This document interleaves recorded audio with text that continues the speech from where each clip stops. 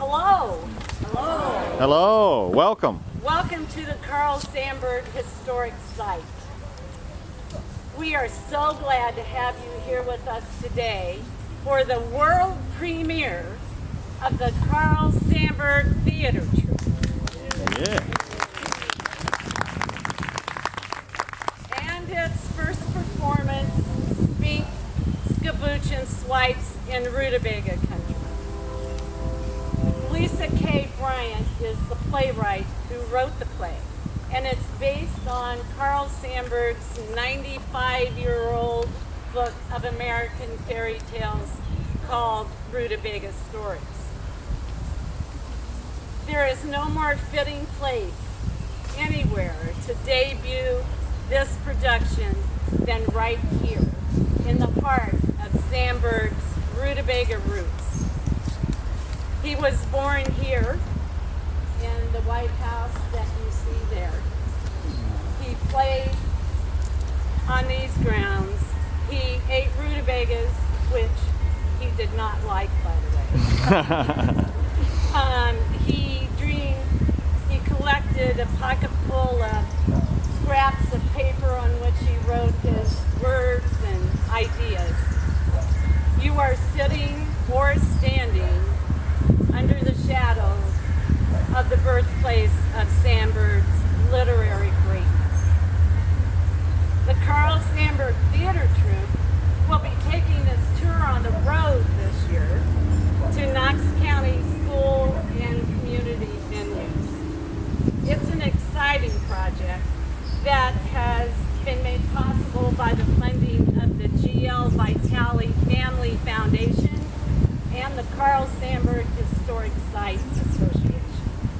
In just a minute, you're going to meet 6 remarkable actors from the Galesburg Performing Arts Academy, and they are going to make Sandburg stories come to life for you in a way you will never forget. My name is Pat Kane, and I'm a member of the Carl Sandburg Historic Site Association. The association is a nonprofit friends organization whose mission is to perpetuate the literary, historical, and musical legacy of Galesburg's native son and national treasure, Carl Sandburg. We work to sponsor and participate in a wide variety of activities varying between education, arts, culture, and writing projects. We also work to assist the Illinois Historic Preservation Agency's efforts to preserve his birthplace cottage and museum grounds. It's a monumental task to preserve his birthplace in the current state of Illinois financial support for its historic sites and museums. The 15-member board of directors of the association consider it both a mandate and a privilege to work beside the IHPA site superintendent Martha Downey and staff in order to preserve this historic site. If you are on the board of the association, wave your hands. Anything you need today, go see these people. If they don't have the answer, they'll find the answer, and they are a very dedicated group. We invite you to look at your program today for our membership and our newly formed endowment information, and join us in moving forward for the site. The site's open today for you to take your time, stroll through, go into the birthplace, visit the visitor center, buy a book from the museum store or over at the book table, sit on a bench, relax, take it all in, have some lemonade and cookies. We're so glad you're here. But after the performance, stay put. Stay put, because you're going to get to meet the actors, and we're going to give away Sandburg books to the audience. If you have a bookmark, don't lose it, because there's every possibility it's going to be a winning ticket sometime today in the next half hour. So now, it's time. Swipes, is it time?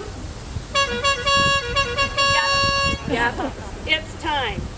So whether it's your first time to meet Carl Sandburg, or you've met him many times before, whether you're 10 or 10 times 10, it's time to get to know his tales of American fooling.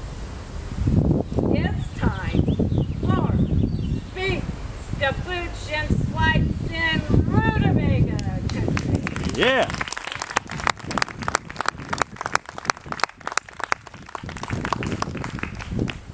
Once upon a time, in a land far away, in a great stone castle lived a king, a queen, a pet dragon named Leopold, and their little daughter, Princess Spink! No, Spink, that wasn't her name. Yes, it was. Her name was Spink, just like me. But she really wasn't a princess, and she didn't live far away, and she didn't have parents as king or queen, or a pet dragon named Leopold. Okay then, where did she live? And who was she if she wasn't a princess? Oh, Skabooth, everyone knows Spink. Spink lives just over the river in Rootabaga Country in the town of Liver and Onions. Ruta what? Rootabaga Country, across the Shampoo River, where the pigeons, squirrels, cats, and fish come and go in their orange and gold stockings. Yeah, Spink, and the squirrels carry ladders. And the wildcats ask riddles. And the fish jump out of the rivers and speak to the frying pan. Which day of the week do fish hate? Friday! Come on, Skabooth. Rootabaga Country, a magical place for whimsy reigns. And nonsense. And dabble, too. Nonsense about nonsense. Whimsy and wonder have no place here, Spink. This is Galesburg, home of the great poet and Pulitzer Prize-winning Lincoln biographer Carl Sandburg. And he loves telling children's stories. Everyone knows children's stories are about kings and queens and castles and dragons and Skabooth. You're right. This is Galesburg. And that is the birthplace of Carl Sandburg, the great poet and Lincoln biographer. And he loved telling wonderful stories to children. See, so I'm right. But he didn't tell stories about far-off lands and kings and queens and knights. He didn't? Nope. Mr. Sandburg told stories that sprung from his imagination. In the early 1920s, when the Rootabaga Stories were first published, there were very few stories for children that were not about princesses and castles. I'm a princess in a castle. Or peasants in huts. I'm a peasant in a hut. Or dragons. I'm a dragon. Come on, do it. Roar! There you go. That was the folklore and literature of Europe. Mr. Sandburg thought American children should have something different, something more suited to their own surroundings. So his stories and poems were about simple people, like potato-faced blind men who played the accordion, the white horse girl, and the blue wind boy, or commonplace objects like A ragdoll and a broom hand. a knife-footed fork, or the bountiful American landscape and the creatures that inhabited it. Mr. Sandburg saw the fun and color in objects we use, creatures we see, and a whole host of everyday sorts of things that you and I might otherwise never think about. But he saw stories in them, fables, parables, and high nonsense! Like what? Like glass. Glass is where your eyes look through, but you put your hand out and the glass stops it. Looking glass is where you wonder where your face came from. Looking glass tells you how you think you look when other people look at you. And eyeglasses are to take off when you're going to fight with fists. Worms. Worms would rather be worms. Ask a worm and he says, who knows what a worm knows? When worms talk, they talk about the wormhole. One worm acts enough. Medium-sized worms say it is good to be neither short nor long. And worms who live underground never hear the wind overground. And sometimes they ask, what is this wind we hear of? Fingers! Each finger has its secrets. The pointing finger is best at pointing. Crooked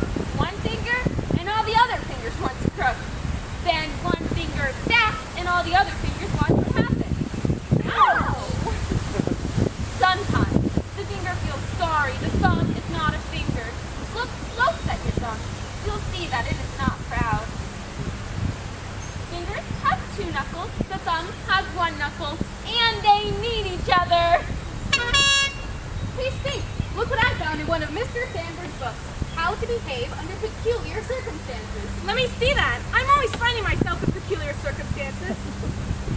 If we meet a gorilla, what shall we do? Two things we may do if we so wish to do. Speak to the gorilla, very, very respectfully. Well, how do you do, sir? Ah, nice to meet you. Or speak to him with less distinction of manner. Hey, why don't you go back where you came from? Get out of here! Hey, let me see that. If an elephant knocks on your door and asks for something to eat, there are two things to say. Tell him there are nothing but cold victuals in the house, and he would do better next door. Or say, we have nothing but 6 bushels of potatoes. Will that be enough for breakfast, sir?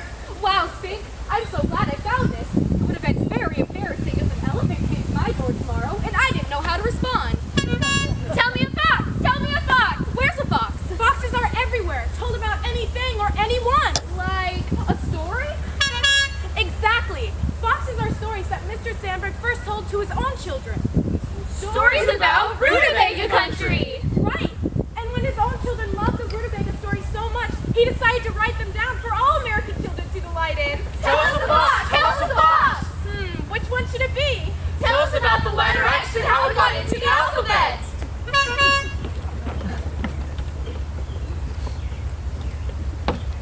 There was an oyster king far in the south that knew how to open oysters and pick out the pearls. He grew very rich and all kinds of money came rolling in because he was a very good oyster opener and he knew how to pick out the pearls. The son of the oyster king was named Shovel-Ears, and it was hard for him to remember, He knows how to open oysters, but he forgets to pick out the pearls. said the father of Shovel-Ears. He's learning to remember worse and worse and to forget better and better. Said the father of Shovel-Ears. Now in that same place far in the south, there was a little girl with 2 braids of hair twisted down to her back and a face saying, Here we come.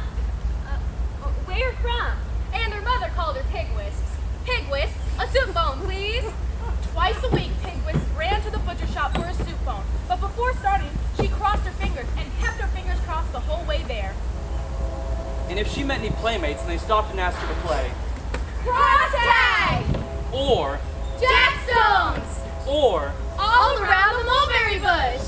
or, The green grass grew all around! or, Drop the handkerchief! she told them, My fingers are crossed and I'm running to the butcher shop for a soup bone! One morning, running to the butcher shop for a soup bone, she bumped into a peculiar boy and bumped him flat on the sidewalk. Did you look where you were running? She asked. I forgot again, said Shovel-Ears. I remember worse and worse and forget better and better. Cross your fingers like this, she said, showing him how. He ran to the butcher shop with her, watching her keep her fingers crossed, until the butcher gave her the soup bone. Once I get the soup bone reminds me to go home with it. But until I get the soup bone, I keep my fingers crossed. Shovel-Ears went to his father and began helping his father open oysters. And Shovel-Ears kept his fingers crossed to remind himself to pick out the pearls. He picked 100 buckets of pearls the first day. How do you do it? It is the crossed fingers, like this. Said Shovel-Ears, crossing his fingers in an X. This is how to remember better and forget worse. It was then the Oyster King went and told the men who changed the alphabet just what had happened. And when the men who changed the alphabet heard what had happened, they decided to put in a brand new letter. The letter X. Near the end of the alphabet, the sign of the crossed fingers. On the wedding day of Pig Whisks and Shovel-Ears.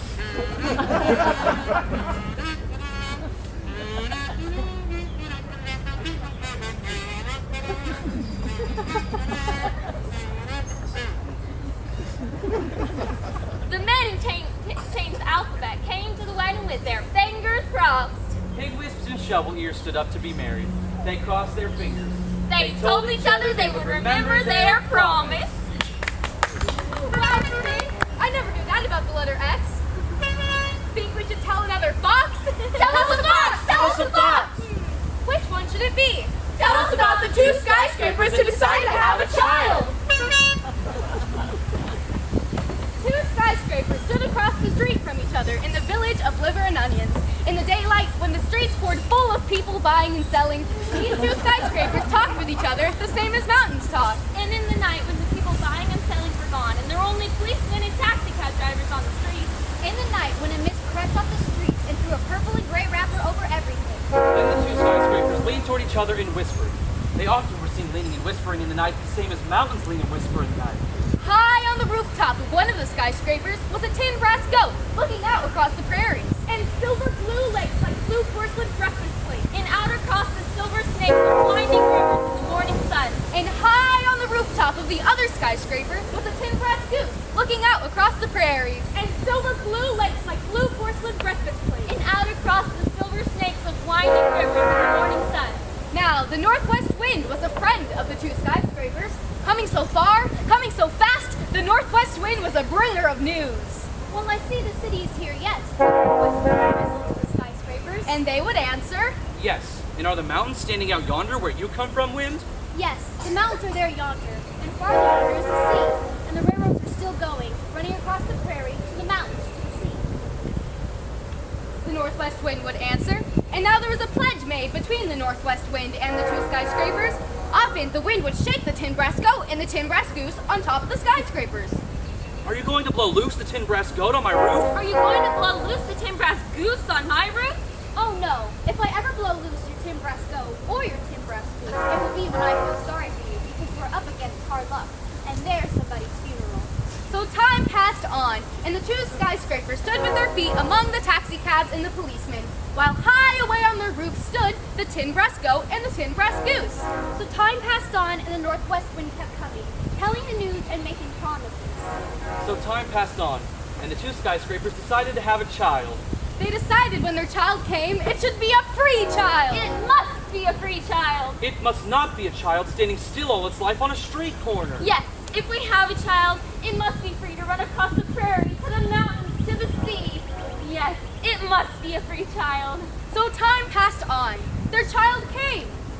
It was a railroad train, the Golden Spike Limited. The fastest long-distance train in Rootabaga Country. It ran across the prairie, to the mountains, to the sea.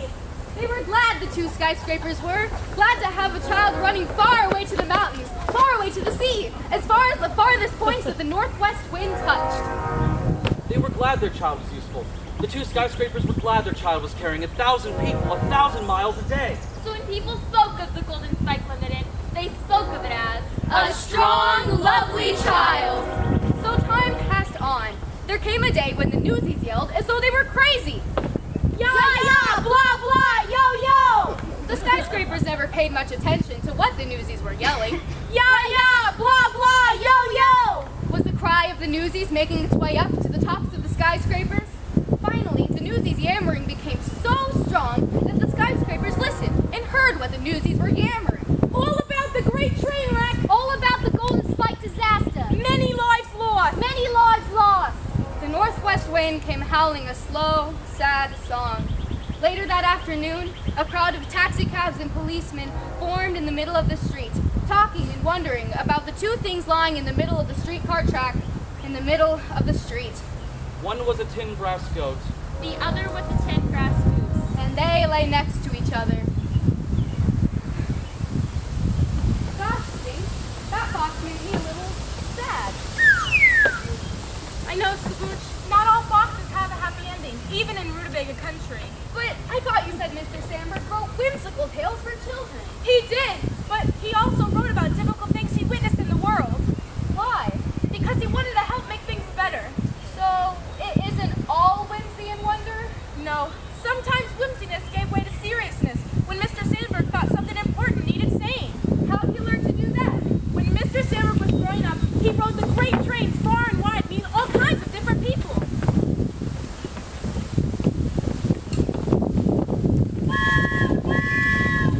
All aboard!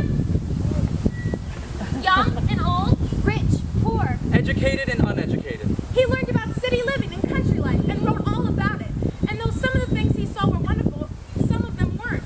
So it got him thinking. He witnessed things like child labor, Race riots and segregation. The women's suffrage movement. the Great Depression in World War I and II. After riding all those trains and seeing all those things, Mr. Sandburg decided that he wanted to use his writing to speak for those who didn't have power or words to speak for themselves.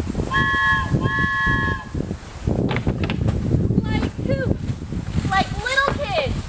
In the poem They Will Stay from Chicago Poems, Mr. Sandburg spoke for the children who toiled away, often at their peril in the city factories. Of my city, the worst that men will ever say is this. You took the little children away from the sun and dew. And the glimmers that played in the grass under the great sky. And the reckless rain, you put them between walls. To work, broken and smothered for bread and wages. To eat dust in their throats and die empty-hearted. For a little handful of hay on a few Saturday nights. Gosh, did they ever get to go out in the sunshine and play? Yep, thanks to people like Mr. Sandburg. His writing shed light on the problem so that the yucky stuff could get fixed. Yay! How'd he learn to do that? He witnessed firsthand the sharp contrast between rich and poor. The Dago shovelman sits by the railroad track eating a noon meal of bread and bologna. A train rolls by, and men and women at tables alive with red roses and yellow jonquils. Eat steaks running with brown gravy, strawberries and cream, eclairs and coffee. The Dago finishes his dry bread and bologna and washes it down with the dipper from the water boy.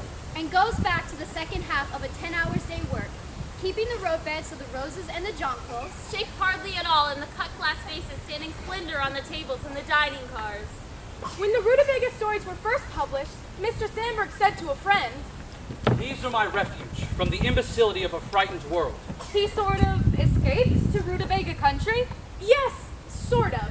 He was also an eternal optimist. Optometrist? He was also an eye doctor? No, an optimist, a positive visionary. Whoa, those are big words. Despite the difficult things he had witnessed, he had always believed in the good inside of people. even when it was hard to see. I am credulous about the destiny of man, and I believe more than I can ever prove of the future of the human race. Mr. Sandburg always believed that things could be made better. And that, with courage and open hearts, bad days could be learned from and turned into good days. Every blunder behind us is giving cheer for us, and only for those who are willing to fail are the dangers and splendors of life.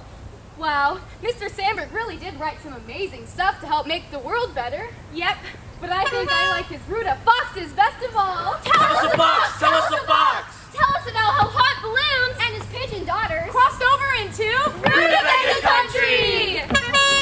Papa Loons was a man who lived all alone among people who sell slips, flips, flicks, and chicks by the dozen, by the boxcar job lot, back and forth to each other.